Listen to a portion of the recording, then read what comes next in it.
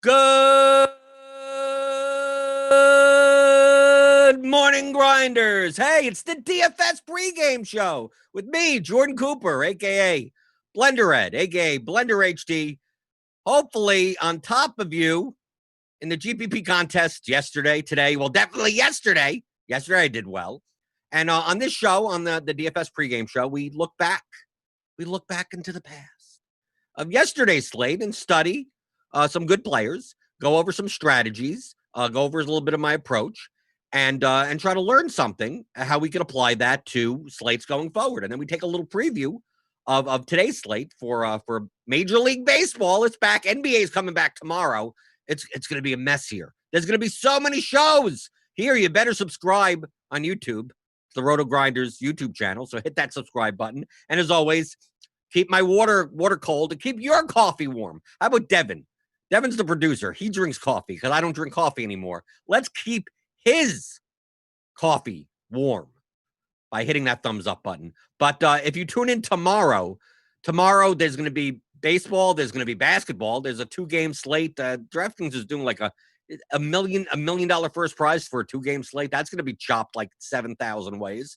I don't know how you're going to get unique in a 2-game slate with that many entries, but you got to tune in tomorrow. There's going to be the free for all crunch time. Typically, that's our premium show right before lock. Right? We're not live at lock, but we're right before lock, and we are live. But I'm not sure if we're allowed to put those words together. But we will be there crunch time for baseball and basketball, and they will both be free tomorrow on YouTube. On the RotoGrinders app, if you have it, download it. And looking back at yesterday, okay, yesterday here I got results DB up. This is what I do every morning. Okay, this should be part of your process. Learn from better players. Okay, analyze what happened yesterday. Where did you go right? Where did you go wrong? Okay, so the winning lineup in the big DraftKings GPP was a single bullet, and it's one of those. I'm just going to mash some buttons and not play anyone in the stack, and it just happened to hit upon the right combination. Scored 160 points. It was a low-scoring night. A lot of the chalk failed, which is great for me because I typically don't play much of the chalk in large field GPPs. But apparently, Joe High at Deck 45 got Merrill Kelly, Zach Davis, and then just basically there's 2 Dodgers together. Right? Not much of a stack, not much of anything. Managed to just hit the right combo. Got $100,000. But if we look down, we see a couple of people and we say, oh, who's that? Oh my God, who's that? Oh, that looks like me. It feels like what I normally say. I'm on top of you in the GPPs. So yeah, I came in 6 yesterday. I had 65 lineups in. Yeah, I don't play. See, you notice here, I don't play 150 lineups. Played 65 in this contest, but I also played the 20 maxes, 35 other entries out in other contests. So it's a little bit difficult to study me since I use all unique lineups. So it's not like I'm using 65 in here and then using 20 of these 65 in the $4 20 max. I'm using completely different entries. But when I came in 6th, I did the Angel stack, right? The late night hammer, right? Right? Trout was the Chalk Trout only put up 5 points. He was the lowest score in my lineup. But you take a look here. 1% Stassi with he barely ever hits a home run, but he did last night. He was a cheap catcher.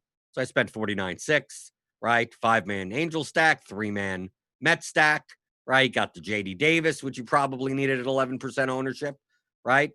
It's something like this. You got a home run out of your first base spot, right? You obviously, no catcher did well yesterday. So if you had Stassi at 1%, you had so much relative value over the field at catcher because Sal Perez busted.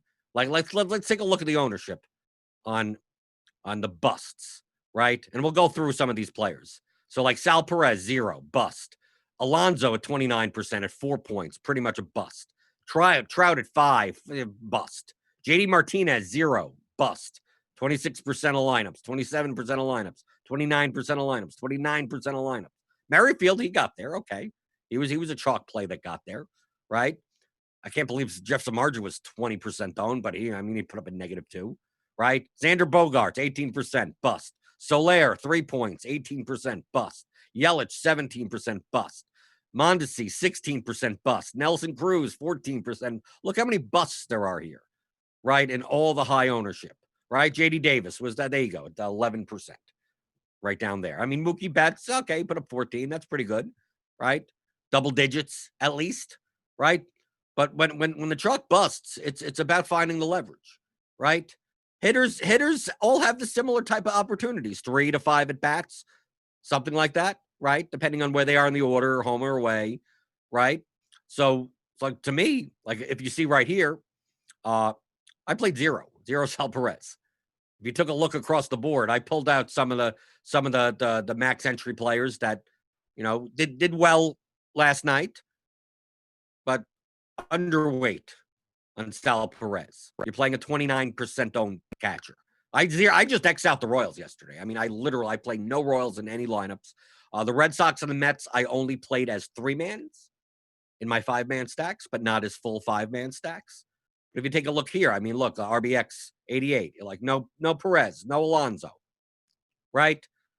None of these guys. Let me take out the pitchers. We'll get to pitchers in a second. So let me take out pitchers here, so we can see here what people did, right? A lot of Mookie Betts, right? People, we got Raging Phillip and Mazwa. We're going to overweight on the Dodgers, right? I was overweight on the Dodgers also. I had 21% Mookie Betts.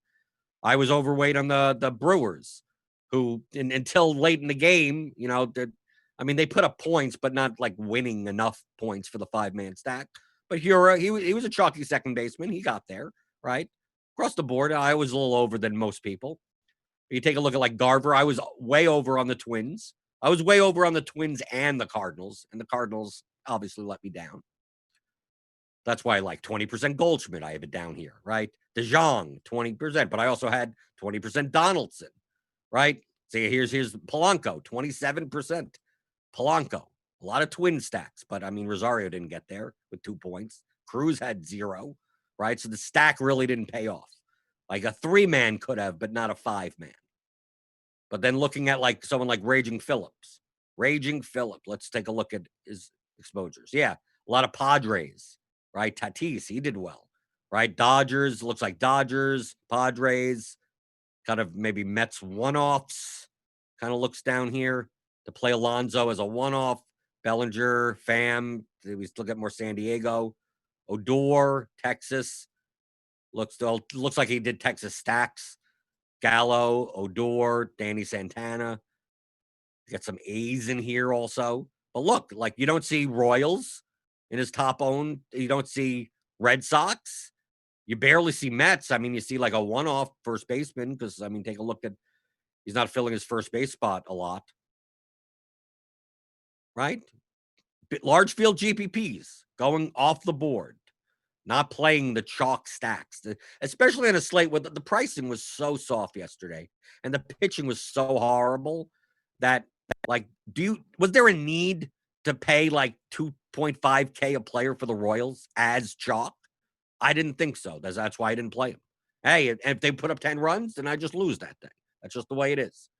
So let's go to Mazwa. Mazwa over here. So he said similar things. We got very similar. Padres, Dodgers, Rangers, some A's, underweight on Sal Perez.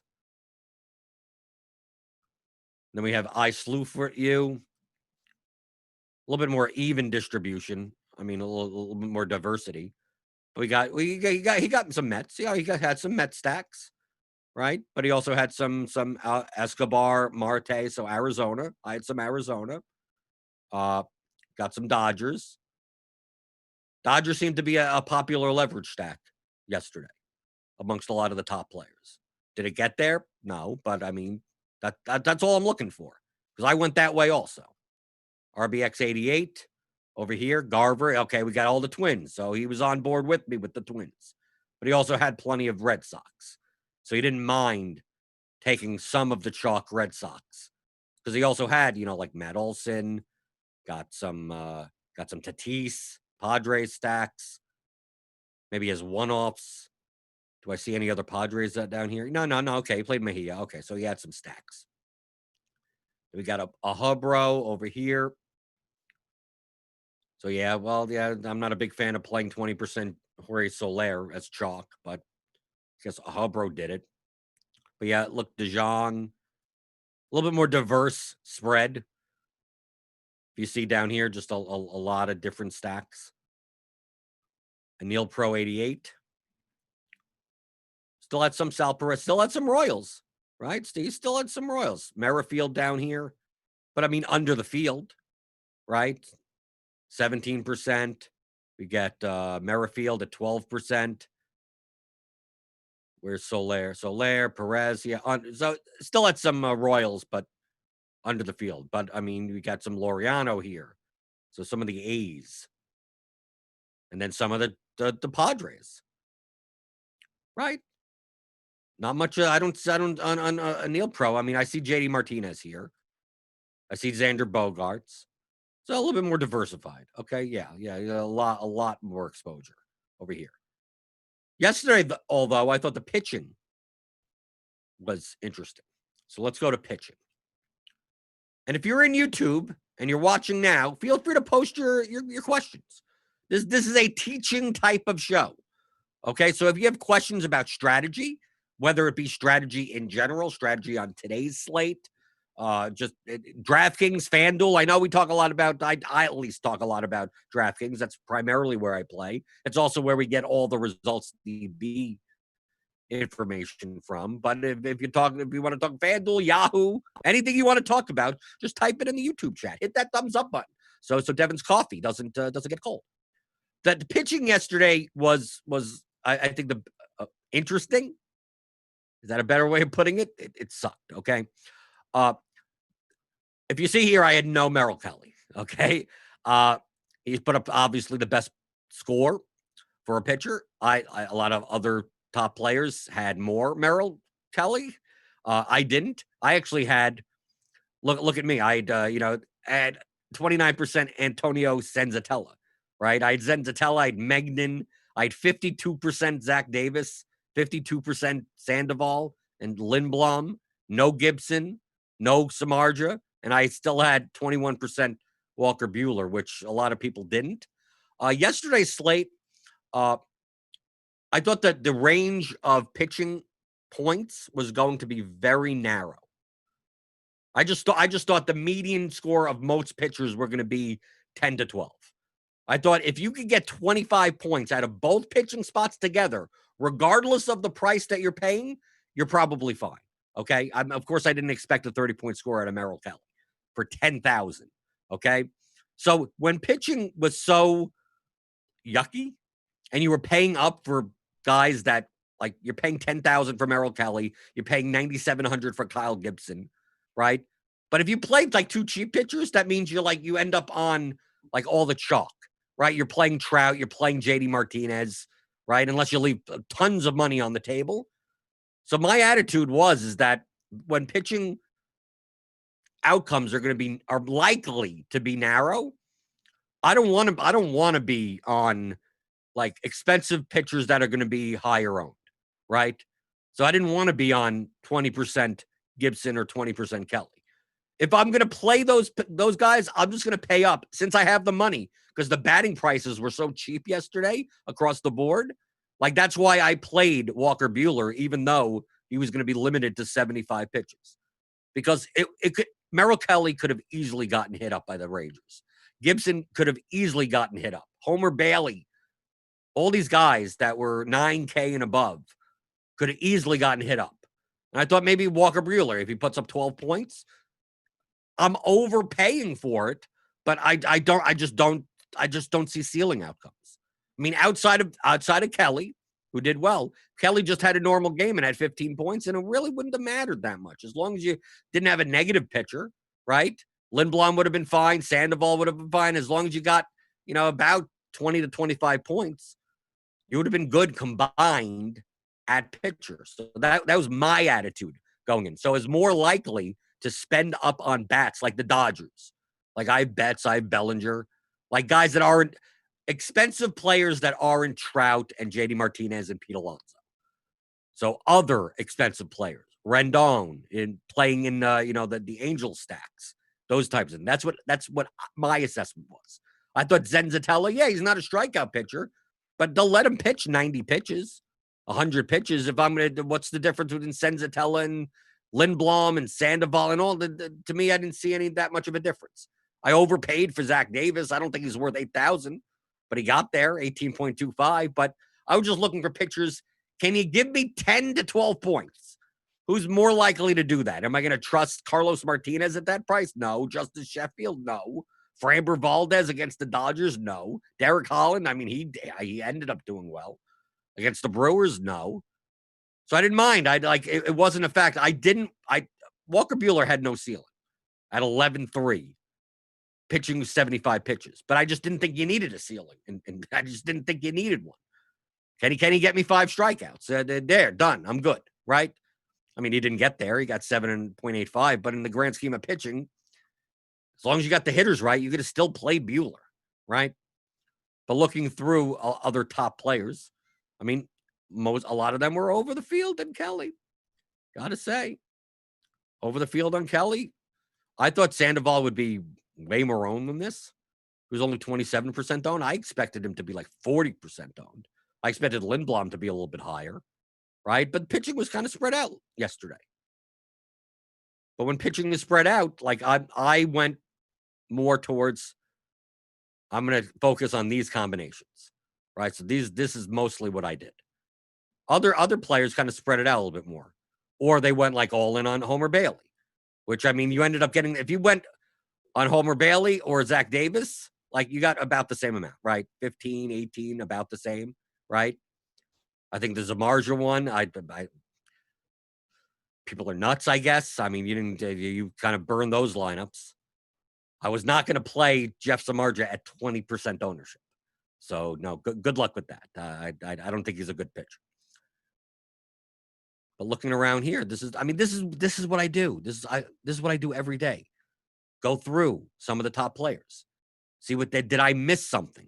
Did I miss something on Merrill Kelly? No, but I mean, I'm just explaining why I didn't play him. I understand why people did and not play Walker Buehler. Because if you're not going to play Walker Buehler, you're going to have all this money. You're going to have to Gibson. You're going to have to play Gibson, Bailey, or Kelly, right? You're going to have to play someone up there. So, like, I understand it. If people don't have Walker Buehler, like 2% Buehler, 0% Buehler, 0% Buehler, 0% Buehler, right? They're going to have to go somewhere. So, yeah, obviously it's going to go to Merrill Kelly or Bailey or Davis or someone, right? That's where I would have gone. But I was mostly focused on, like, I'm just going to make Sandoval, Davis, Senzatella, Lindblom, like I really focused on these 6 pitchers, and just make as many combinations as possible because I don't think price mattered yesterday at all. But let's go to the chat. Thanks, everyone, for coming to chat. Hit the thumbs up button. I always prioritize. If you're listening to this later, I know we post these as podcasts. I know you could watch this later on YouTube throughout the day because these are a little bit evergreen. The first half of the show, you can pretty much watch even old shows and learn some things on how to study, how to think strategically, think probabilistically. But I prioritize the YouTube people. The YouTube people are the most important people. If you're here live, you get your questions answered. So we got Dan Janning here. Do you think today is better for vomit stacking? Because we have good pitching? Yes. Right? I'm not a big fan of vomit stacking when you're playing 10K for Merrill Kelly. But when you're paying 11.4 for Garrett Cole, okay, now we're talking. Okay, now we're talking about a real pitcher. Right? And not Merrill Kelly at 10K. Garrett Cole at 11.4. Right? I mean, look. We have Chris Paddock at 8.4K. He yesterday we had Merrill Kelly and Kyle Gibson above that price. So yes, vomit stacking on these types of slates much more viable because the only way to fit in like 2 of these high priced pitchers is by vomit stacking, by playing cheaper stacks. When building lineups, is stacking the best way to go? Yes, in GPP, Prime Show Inc. If you're playing large field GPPs especially, but even if you're playing single entry GPPs, the correlation in MLB is very strong. When one guy gets on base, the guy that's batting now has more opportunity for points because of the guy on base. And if you have, the 5 guys that are batting around each other, one guy gets on base, this guy gets a double, that guy gets a run. And if I get the RBI on the swing of the bat, the guy on base gets the run, and I have that player also. So you're able to get more points as a whole.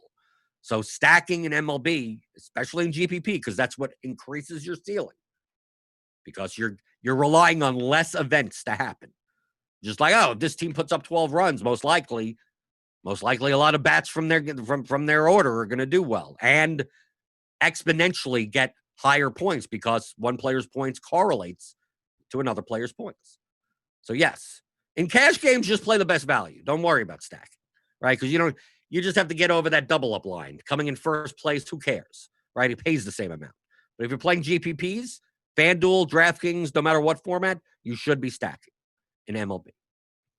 Draft TV asks, I usually play 20 lineups per night. On a night like last night with so many good offenses, how many different team stacks would you try to limit it to? If you're playing 20 it's all a matter of risk tolerance. You could play 20 different stacks and 20 different lineups. Just understand you only have one combination of that to go by. You could play the same stack in 20 lineups and switch out the pitchers if you want. Just understand if that stack doesn't work, all your lineups are dead. So it's really a matter of risk tolerance. If there's one stack, there's one team that you're like, I think they're underowned. I don't see. I think they're by far above and away the best stack versus their ownership, and I want to play all 9 of their hitters and as many 5-man combinations as possible. Then go do it in 20 lineups. You can. It's a higher risk strategy. If you get it right, you have a lot of outs for first place. If you get it wrong, then close your laptop and wait till tomorrow. So it really depends on how risky you're looking to play with your portfolio lineups, but there is no correct answer. Am I wrong, or are Raging Phillips and Maswell's exposure is insanely close? Close enough, right? Similar pitchers right here. There's nothing really to look into. I mean, you don't want to duplicate lineups if you're playing together or something like that. So good players tend to make good decisions. Look, I mean, of course, I pulled out 1, 2, 3, 4, 5, 6. I mean, I could have pulled out 40. So it just so happened that the 6 I pulled out are like that. But they all had Merrill Kelly and I didn't. But I'm sure I could find other top players that didn't play any Merrill Kelly, right, or little of him. But I just explained my strategy. But I like looking, because if you're not going to play a high price pitcher, who are you playing? Who are you playing on yesterday's slate? There's nothing to play. Sean George asks, was ending up roughly with the field on pitching ownership and taking a big stand on a Dodger stack a process mistake? No. I thought the Dodgers were a very good leverage stack.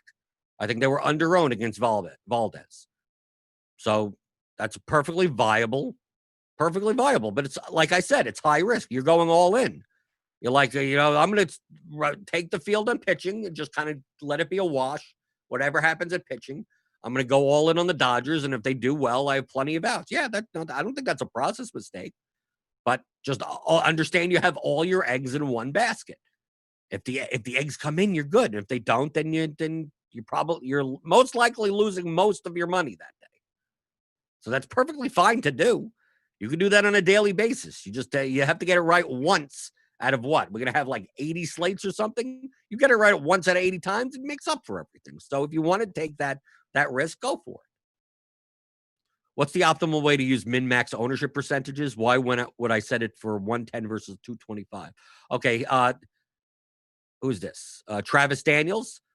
What Travis is talking about is in the build rules of lineup HQ, min and max ownership. If you set it at 0, that means it doesn't do anything. In baseball, because of how many players there are available, like on a 9-game slate today, for instance, there's just so many combinations that I don't even care, right? If you're playing GPPs, you're stacking, which is naturally going to yesterday. It's hard to have stacks while having Trout, JD Martinez, Pete Alonso in your lineup. It's 3 different teams.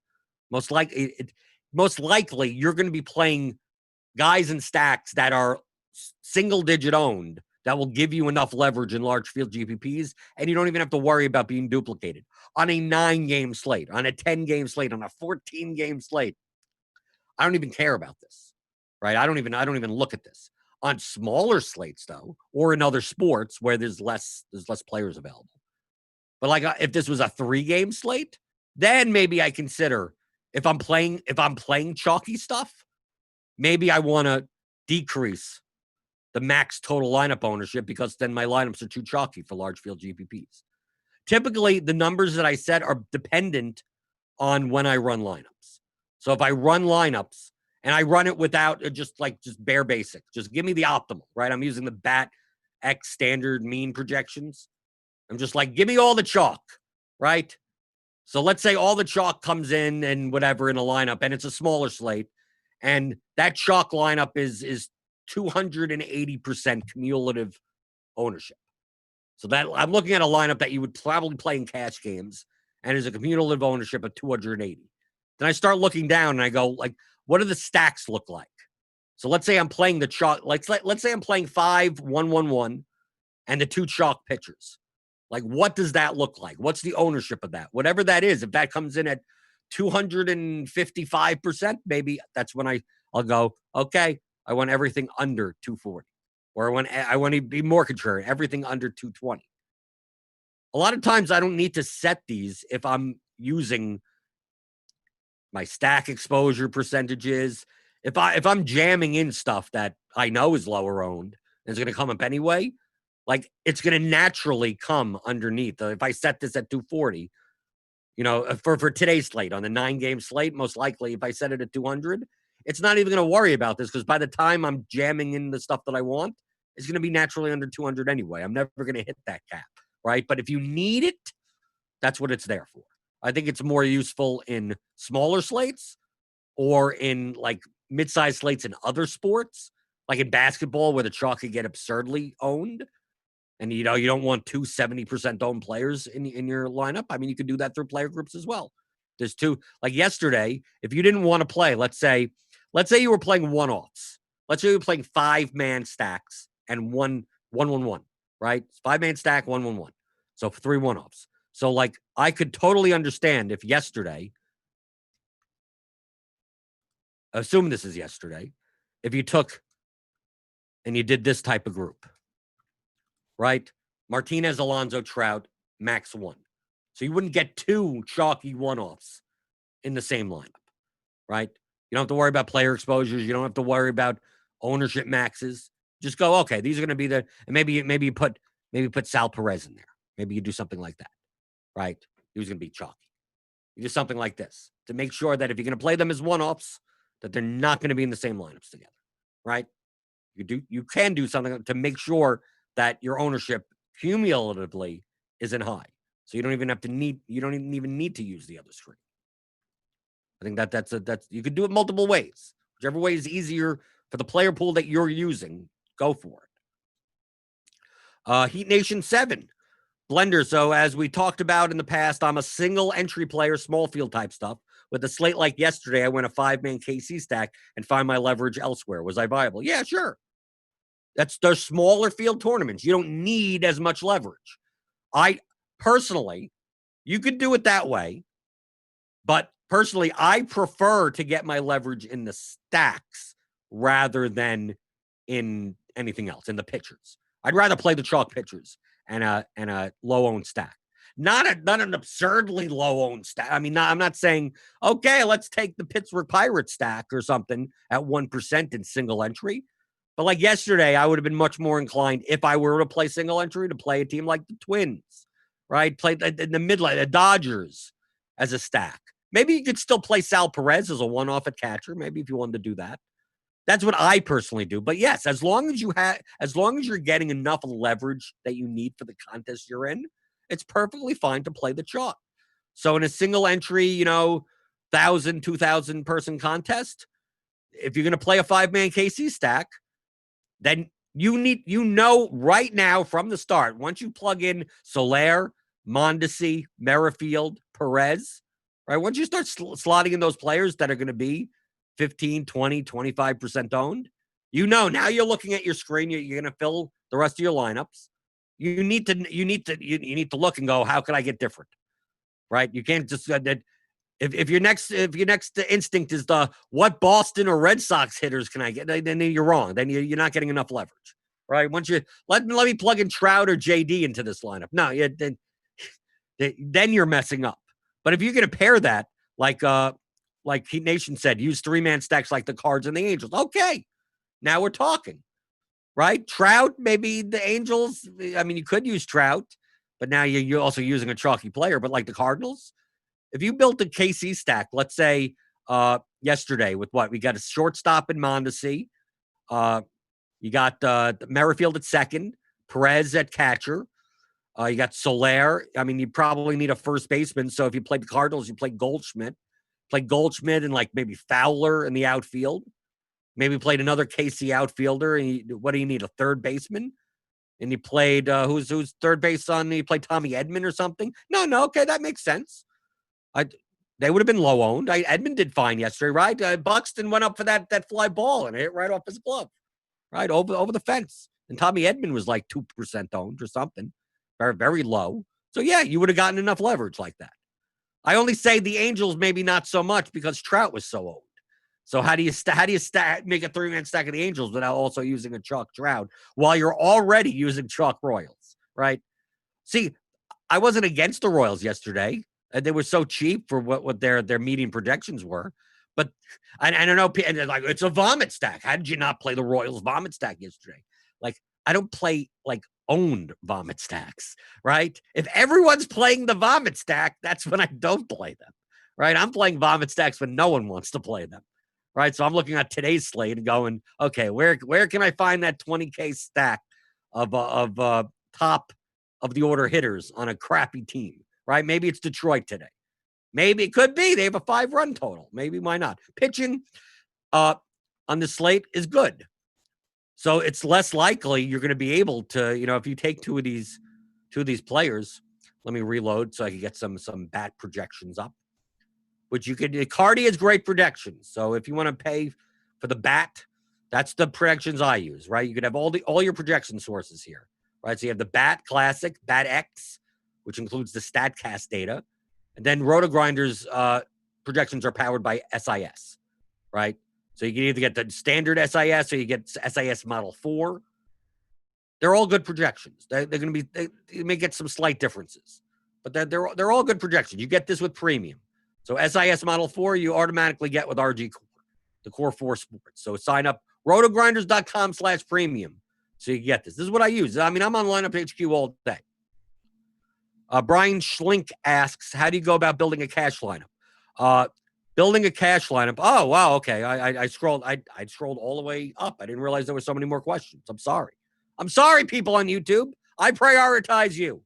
Hit that thumbs up button. The more questions I ask, every time I answer a question, hit that thumbs up button. Okay? Because screw today's slate. Well, I won't have to. People are listening later going, oh, what are my takes for today's slate? I don't care. I care about the YouTube people. Right? How do you go about building cash lineups? Typically, cash lineups, you're just looking for the best values. So the best point per dollar value. I mean, literally, I'm just like on the bat projections, like right now. I mean, these are new. I mean, we don't even have the orders or anything like that. Like literally, I'll just look at the projections and go, what's the optimal lineup? There you go. There's the optimal lineup. Heaney, Cole, Perez, Crone, Scope, Franco, Torres, Soler, Ohtani, Judge, right? You're looking for the best point per dollar lineup combined. Okay. I mean, these projections are going to change anyway, so this doesn't matter. So that's what you'd be looking for. The best point per dollar plays per position. As many of them together in the same line. Because you just have to get over the line, median-wise. Right? You don't have to stack. You don't have to just get enough points to get into the 55th percentile in your double-ups to beat your head-to-head opponents. You're perfectly fine. So you don't necessarily have to worry about stacking or leverage or correlation, nothing. What's the best stacking method, would you say? Or depends on the day, like 5-2-1 or 5-3? On the larger the slate, here's the general concept. The larger the slate, the more you should stack. The smaller the slate, the less you could tend to stack. It doesn't mean you don't stack. On a 3-game slate, there may not be a team that 5 guys together on a team, they put up 10 runs. The more games that there are, that means there are more teams available that could put up a lot of runs. But as far as what do you pair with the 5, if you do 5X, 5-1-1-1, 5-2-1, 5-3, really depends on your player pool. If you see that you want to play one-offs from other teams but not the stack, then obviously you'd probably be stacking more like 5X, right? 5 and some one-offs. If you don't see one, if every team you're targeting you're playing a 5-man stack of, and you have no one-offs, then most likely you're playing 5-3. You're trying to just pair the teams together, right?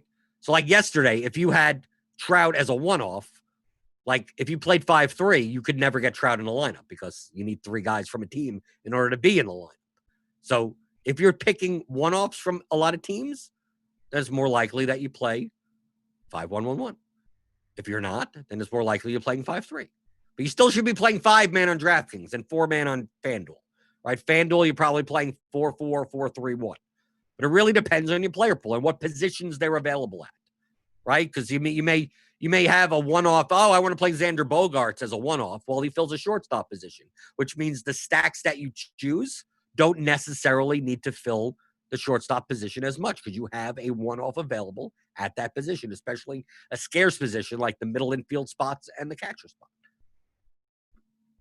Do you expect Cole to be more owned than DeGrom? And if so, which one would you play? At this point of the day, I have no clue. I'd play both. I think I'm more likely to play Cole over DeGrom, but I doesn't matter to me at this point. It's still an expensive pitcher. It would matter on like what bats am I playing? Who's the second pitcher? I think Cole and DeGrom are fine.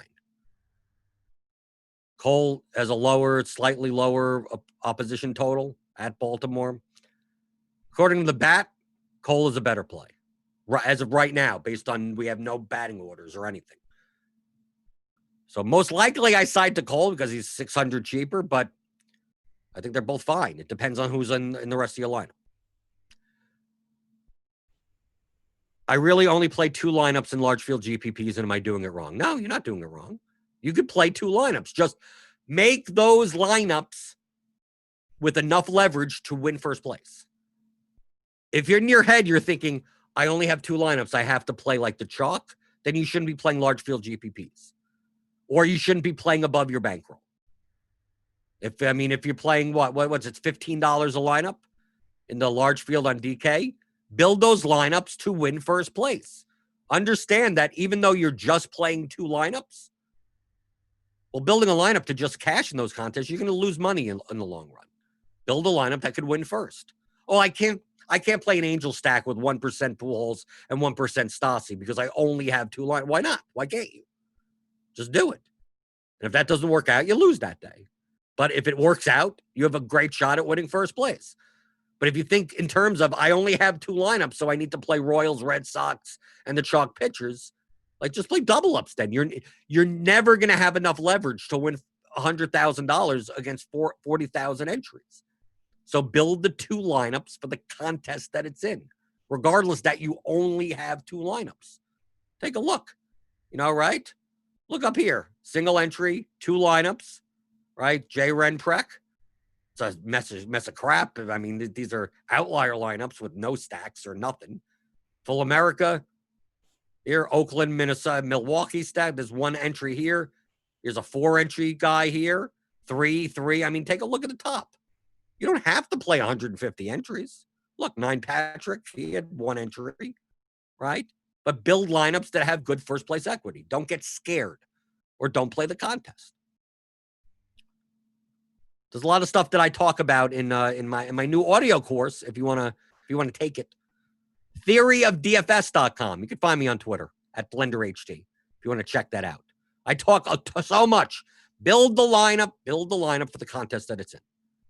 You can do whatever you want, just like with the can I play a KC stack yesterday? Yeah, as long as you got enough leverage elsewhere, right?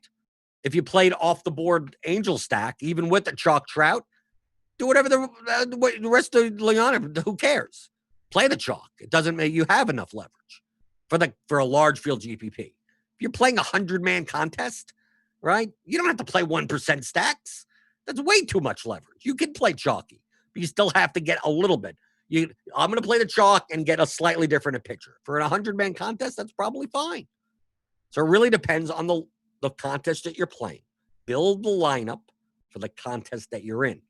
Don't worry about who the best play. There's no such thing as the best play. It changes depending on what contest you're in.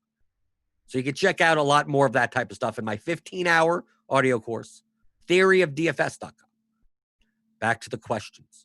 I like the questions. I don't want to give takes Who's better, Cole or DeGrom? I have no idea, right? I just look at the projections. Okay, Cole looks like they project a little bit better. But if DeGrom showed up with a better game than Cole, it's not like I'm shocked, right? Hey, Jordan, how MLB going? Playing any Twins today? I think the Twins will be popular today. I'll play them if they're not as popular. If they're popular, maybe I don't. Maybe I play them in 3-mans and not 5-mans. What cash contest? I don't play Aaron Rasmus. I do not play MLB Cash. But if I did play MLB Cash, I'd essentially go to the bat projections and just play whatever the highest median lineup is. Just I trust projections. Projections take all the stats, all the stuff that you'd look at, all the stats, right? The ISOs and the launch angles and the whatevers, the K rates, anything like that, and puts it all together and then gives you numbers. Gives you ranges of outcomes, floor, ceiling, medians, and that's what I'm looking at. So I don't have to look at any of the individual stats. It's in there. It's in there. It's like you're making a good dish for dinner, right? You're making lasagna, right? You put it. It's all in there, right? Why do I have to look at the regatta cheese, right?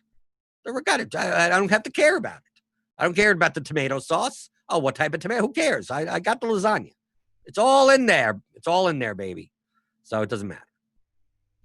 QQ, in a 2-game slate like today's early one, are you more likely to go all in on one team or use all 4? There's no answer to that question, Donnie.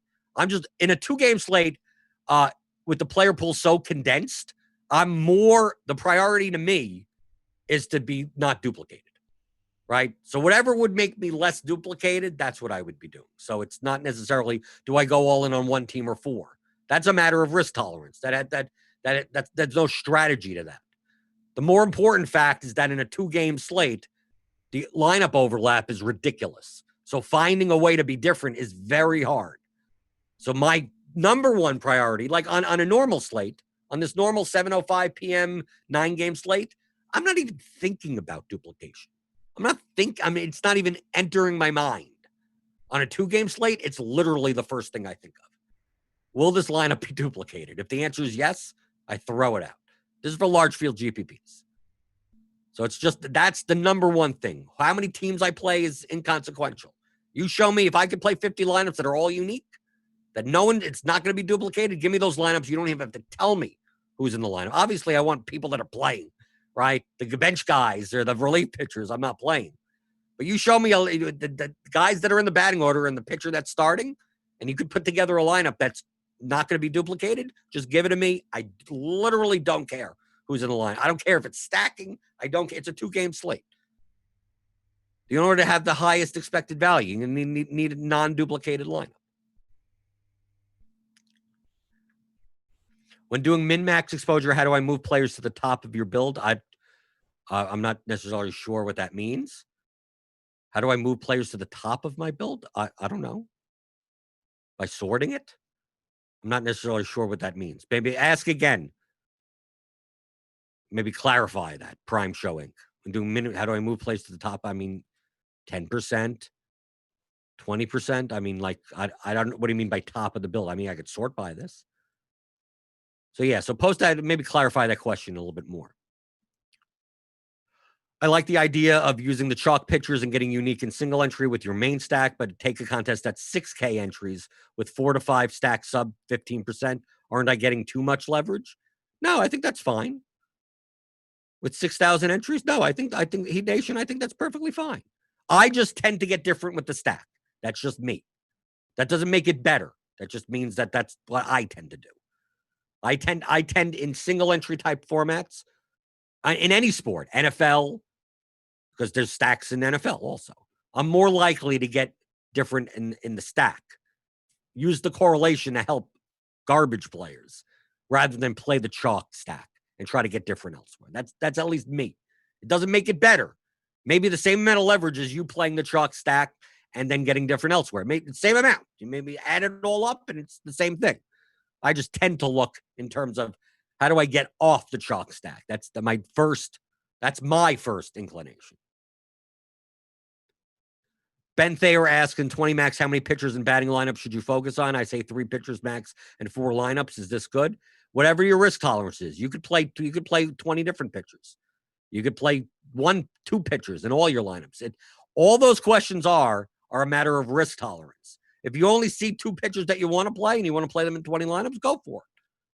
Perfectly fine. Look at the lineups individually. So it doesn't, to me, it doesn't matter how many teams that I'm playing. I could in 20 lineups, I could play 6 different stacks. I could play 1 stack, depending on the slate and depending how much risk I want to take on that team. So you have to think in terms of, if you're going to play the same 2 pitchers in all 20 lineups, if one of those pitchers gets bombed, like, it destroys all 20 of your lineups. But that's not a bad thing, because if he does well and puts up 25 plus points, well, you have him in all of your lineups. So think in terms of where the leaderboard is, okay? We have this leaderboard here, the top of the leaderboard, the bottom of the leaderboard. If you're going to play very similar players in most of your lineups, your lineups will be bunched together, depending on how well they do. So if you're going to play similar pitchers, only 2 teams stacks, like, your finishing placement, you could come in 10th, 14th, 18th, 21st. Like, all of your lineups are not that different from one another. They're not that correlated to, they're very correlated to one another. So they'll be bunched together. So if they do mediocre, you may have a whole bunch of your lineups cash, right in the mid-range. If they do poorly, they'll all be on the bottom. If they do great, they'll all be towards the top. But if you have lineups that are less correlated with one another, I'm playing a 5-3 of these 2 teams, and then this lineup, I'm playing a 5-3 of these 2 other teams. I'm playing, instead of playing the same 2 pitchers, I'm playing 5 different pitchers. And now your lineups aren't that correlated to one another. They're correlated in the lineup, but they're not correlated to one another, which means that, let's say in 20 max, in the $4 20 max, you're playing $80. If you played very similar lineups, like with only like a 2v2 swap, your $80 could turn into 1,000, but your $80 could easily turn into 0, because they'll either, all your lineups will do pretty well, or all your lineups will do poorly. Now, if you play different types with different combinations, your $80, when you lose, you may still get 40 or $50 back, right? Because some of your lineups will cash and some of your lineups won't. One of your lineups may be horrible and be dead last, and one of your lineups could be in first place, right? Because they're so different from one another. Which way is better? Neither. It's just a matter of how much risk that you want to take in the lineups that you're playing. Get away from the psychological aspect of, I need to pick certain teams and then root for those teams. Like, that's a psychological fallacy. Just build the best lineups. If you're building one lineup that has 8 different players from your next lineup, that's perfectly fine to do, right? They're independent of one another. So when you look at a lobby on DraftKings and you see all the usernames, picture all the usernames were taken out. And I just gave you 20 lineups. And would it matter what username it's attached to? The lineup is independent. So if you want to play 20 different lineups that are different from one another, go for it. That's perfectly fine, as long as the lineup itself, you feel, has good first place equity in the contest that you're in. Okay, we'll get to some more questions before we get out of here. Dan Janning asked you if advice for playing the 2-game early slate today. Yeah, just get different. I said that before. Small slates, if you're playing large field GPPs, number one factor is duplication. I don't care about playing crazy on 2-game slates to try to win whatever, 50,000, 20,000, whatever the first place is. But think in terms, when you build your lineup, go, is this likely to be duplicated? You're using all of your salary and you're playing like 5 of the chalkiest players on the slate. Just throw that lineup out.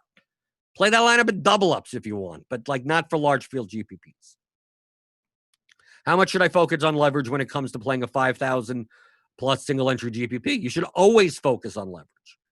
The amount of leverage will be different depending on the contest you're in.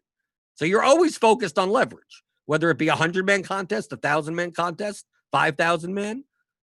It just depends on how much you need. If you're playing, like, for instance, tomorrow's basketball 2-game or whatever, the Millie on Friday, with how many entries? There's like 100,000 plus entries.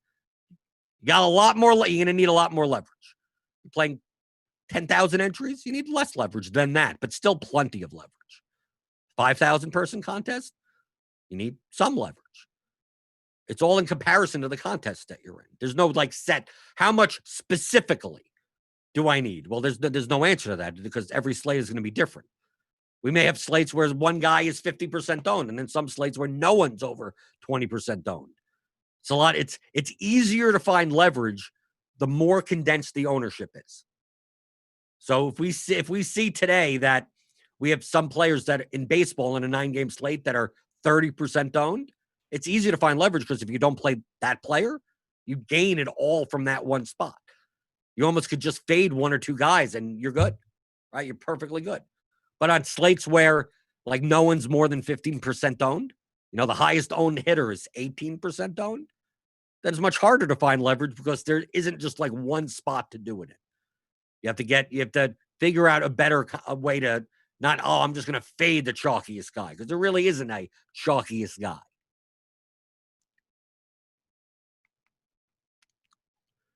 Billy Porter asks, hi, after you pick your teams and stacks by selecting the team at the top of the spreadsheet, how do you easily go back and add one-offs without bringing up a whole roster? I have no idea. I have no idea. Maybe ask that again. I don't know what that means. How do you pick your teams and stacks by selecting the team at the top of this? I'm using the stacks page on Lineup HQ. I have no idea. I try to answer all the questions, but sometimes I don't even understand what they are. If you have a 5-man stack, this is from JH. If you have a 5-man stack with whatever team is, oh God, can people use punctuation? They'll just run on sentences. I don't even know where these sentences begin and end. If you have a 5-man stack with whatever team, I believe that's where the period goes. Is it better for the other 3 players to be correlated with the same team or just the highest projected 3 one-off players? It depends on the ownership of those players. High projected is everything that you see in projections are all medians. So like you can use them, but if those 3 highest projected one-offs are going to be 30% owned each, maybe you don't want to play them together. It really depends on who you could fit in your lineup. And if you have enough leverage, if you're playing a 5-man stack that's going to be like 2% owned, then yeah, sure, you can play the 3 highest projected one-off players. But like I showed you before with the player groups, like yesterday, I would have not wanted to play JD Martinez, Mike Trout, and Pete Alonso and Sal Perez. Like, I don't want all 3 of those as my one-offs. The 3 chalkiest hitters in baseball, where it's a sport of failure. You're going to fail more times than not. You get 4 at bats, go 0 for 4 very easily. So would I want multiple of those guys in my lineup? One of them, sure. So I'm less likely to do that. When you know nothing about baseball like me and playing slates where ownership is not projected, what process do you use to estimate ownership? You could do that. I'm gonna give you the correct answer would be go into your projections, whether you're using RotoGrinders, Lineup HQ, or whatever projections you're using, and try to build the most amount of lineups. Like build 3,000 lineups with those projections. 5,000 lineups. I mean, whatever the max you can. On Lineup HQ, we could build up to 300. So based on that, build as many as you can because it's going to build the highest optimal median and then go down, and keep the second highest, the third highest, down, and then how many times does someone appear in a lineup? So that's not going to give you the exact ownership projections at all.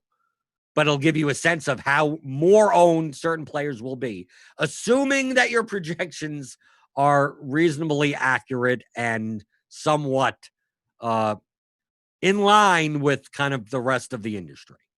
That's one way to do it, right? You could figure it out. You could figure out that we have a lot of cheap pitchers today, so expensive hitters are going to be owned. Trout, like yesterday. Like Sal Perez was 2,600 a catcher. So, he's obviously underpriced. He's going to be owned. And then if you're going to play a cheap catcher, you probably all the Royals were low. We're too cheap yesterday, right? So then, okay, well, I'm playing. I have outfield spots to fill. So, and a first baseman spot to fill. So that's Alonso, that's Martinez, that's Trout, Yelich, or something that's going to be a high priced outfielder. You're going to have to in order to spend $50,000. Robert Gall. Understand if you're playing one-offs, you need guys who could get there on their own. So targeting guys with home run upside and stuff, not these guys who hit singles. That's correct. I'm more likely. Doesn't mean you don't, but I'm more likely when I play one-offs. It's the main reason why I like filling catcher and shortstop in my stacks. Right? Catcher and shortstop. Outside of, obviously, we got guys that have power. I mean, like Gary Sanchez or Gleyber Torres or Tatis. We got some guys, right, at these positions that with one swing of the bat hits a home run and gets there. But a lot of times you don't. A lot of times you're dealing with the Kevin Newmans and the Willie Adameses, right, and these types of guys. And the catchers, definitely. Like outside of like maybe 3 or 4 catchers, you're dealing with the Jacob Stallings. So I'm more likely to use the scarce positions in my stack than use them as one-offs. So I'm less like if I'm playing, for instance, today, I'm just going to use it as an example. I don't even know. Like, let's take Detroit, for instance, which is going to be a vomit stack, right? Sort by order. Like, if Grayson Grenier's in the lineup, he's going to be in my stacks. Not because I like Grayson Grenier. It's because if I'm playing Tiger stacks, I don't care that he's batting 8th in this. I mean, we don't have the order. But if I'm playing like if I'm playing a lineup where it's like Goodroom, Scope, Crone, Candelario, or something like that, and Grenier, like there, because I want to try to fill. Can I fill the shortstop? Can I fill the catcher? Can I fill second base? It's because I don't want to take those guys as one. Outfielders, there's so many more one-offs. First base, the corner infield positions, there's so much more power in those positions that I could find guys that could hit home runs in one swing as a one-off. So I'm less likely to like Maben, Victor Reyes in my stack. I mean, they may appear in some stacks if I'm playing Tiger stacks. But I'm definitely, it's like, no, just give me, in every Tiger stack, give me Grenier. Grainer, is that how you pronounce it? 2,700. Because if I'm playing the stack, I might as well play the catcher. Why do you think I played Stassi last night? Did I think Stassi before last night had 12 career home runs in like 9 seasons? Did I think he's going to hit a home run yesterday? No, but he was 2,300 and he goes along with my Angel stacks. So it's like, okay, I guess I'm throwing Stassi into my mix. So if I'm playing Angel stacks, I'm going to play the catcher, whoever it happens to be. So that's kind of the theory there. What's a good way to be contrarian but still have 1 to 3 Yankees today? I have no idea. I'm not even sure. Are the Yankees going to be popular? I haven't even looked. See, I think the Twins are going to be popular. I mean, I think the way that you could fit pitching in, because most likely, like the high price stacks are not going to be that popular because people are going to want to pay over $10K for a pitcher. But Minnesota, I think, is underpriced. They have a 5.7 run total, and take a look at the order. That gets Ponce de Leon. Again, I mean, come on. 4,100, 4,200, 3,800 for Polanco, 4,400 for Crew. I mean, look. I mean, Garver's the most expensive guy at catcher. Or Sano. But I mean, look at the top 5. I mean, this is nearly a vomit stack. It's nearly. It's very close. It's just over 20K. Of course, you have to use 3 outfield spots, which I'm not a big fan of. But no, I would expect it to me, the Twins. But I mean, the Yankees. But look, the Yankees are expensive. So I don't think they're going to be as high owned as you think because, I mean, look at the pitching we have on this slate. Right? Unless you're going cheap, unless you're playing like Paddock Heaney or something. But if you're playing Cole, if you're playing DeGrom, if you're paying up at pitching, I don't know, how do you get to the Yankee? How do you get to a 5-man Yankee stack that's going to cost you nearly 25K? So I don't think so. And the last question, of course, before we get out of here. Just jumped on. Do you think Musgrove is a good punt? I mean, he's a punt. The bat has him fairly high against Milwaukee, 5,300. Do you need him? That's the question. I think if you're playing Musgrove, that means you're playing Yankee stacks, right? I mean, that the whole point of the reason why you'd use a $5,300 pitcher is so you could build better stacks, higher price stacks. So yeah, if you need him, go for it. Is he good? I mean, it's the opposing total is under 5 at least, but I'm not thrilled to use him. But based on the early projections, it's quite likely I will have Joe Musgrove in my player to make those types of lineups where I'm playing Cole Musgrove, stud, big barbell type, stud starting pitcher, cheap garbage starting pitcher. Okay, so we've done an hour. This is pretty good. Jim Steele, how do you miss this? I don't know. How do you miss it? It's 11 a.m. Mondays, Wednesdays, Fridays, most of the time. Most days at 11 a.m. Here on YouTube on the RotoGrinders YouTube channel. Click that thumbs up button if you like the show. Hit that subscribe button. Tomorrow, Crunch Time, which is our normal premium show. That's half an hour, 45 minutes before lock for baseball and basketball, will be free. So it'll be immediately preceding Grinders Live, the free show on YouTube. So check that out tomorrow. But you could always watch these shows. If you don't come live, it's always in the archive on YouTube. You could watch these later in the day, tomorrow, next week. It doesn't matter. And as well as on the podcast, if you subscribe to the RotoGrinders podcast in your wherever you subscribe to podcasts, iTunes, Spotify, wherever, and in the RG app. So you can go to the audio section. You can listen to the show later. But as always, I treat my YouTube people better. So you better come live if you want your questions asked here on the DFS pregame show on RotoGrinders.com.